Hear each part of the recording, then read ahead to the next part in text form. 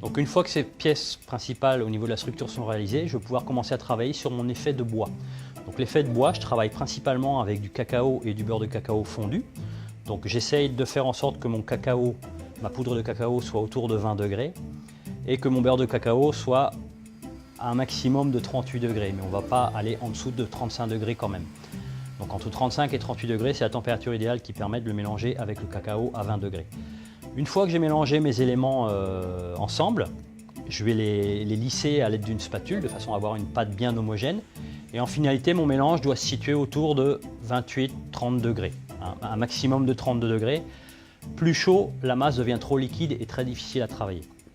Donc une fois que j'ai réalisé cette masse, je vais pouvoir la dresser à l'aide d'une poche sur une structure que j'ai préparée à l'avance. Donc là, on voit que j'ai travaillé sur un cône en plastique PVC que j'ai formé en cône autour d'un cercle de façon à avoir une base qui soit suffisamment rigide. Et ensuite, autour de cette forme conique, je vais pouvoir enrouler une forme que j'ai faite avec du papier enroulé de papier film, de façon à avoir une forme assez flexible qui pourra me permettre de démouler facilement par la suite.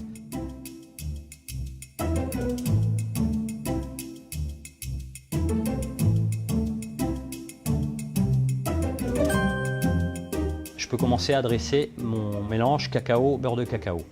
Donc je dresse ça à l'aide d'une poche, donc je tourne autour de ma structure et je commence à former un petit peu l'effet de bois avec ses aspects noueux et un peu de structure de racines, quoi. Je vais laisser cristalliser ça pendant au moins 3 heures, de façon à ce que la cristallisation soit complète et que ce soit vraiment froid à cœur. Ensuite, une fois que ma structure est bien cristallisée, je vais donner 2 ou 3 couches de chocolat tempéré de façon à avoir un bel aspect qui me convient. Ensuite, je laisse cristalliser encore 1 ou 2 heures avant de commencer à procéder au structurage du bois. C'est-à-dire que je vais avoir un aspect de bois brossé et pour ça, je vais utiliser une brosse métallique qui va me permettre de créer des nervures et de donner vie un petit peu à mon élément.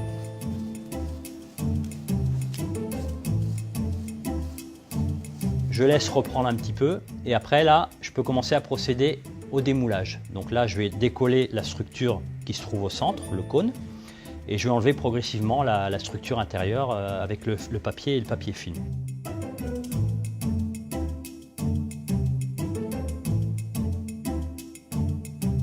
Il me reste le chocolat, bien sûr, avec cet effet de bois, que je vais commencer à colorer avec le beurre de cacao. Donc le beurre de cacao, je l'applique au départ au pinceau. Et pour avoir un bon rendu et un bon fini, moi j'aime bien utiliser la main parce que je trouve qu'on a un contact déjà avec sa matière qui est quand même assez unique par rapport au chocolat. Pour moi, la main permet d'obtenir des choses qu'on aura du mal à obtenir avec un instrument de travail autre que ça.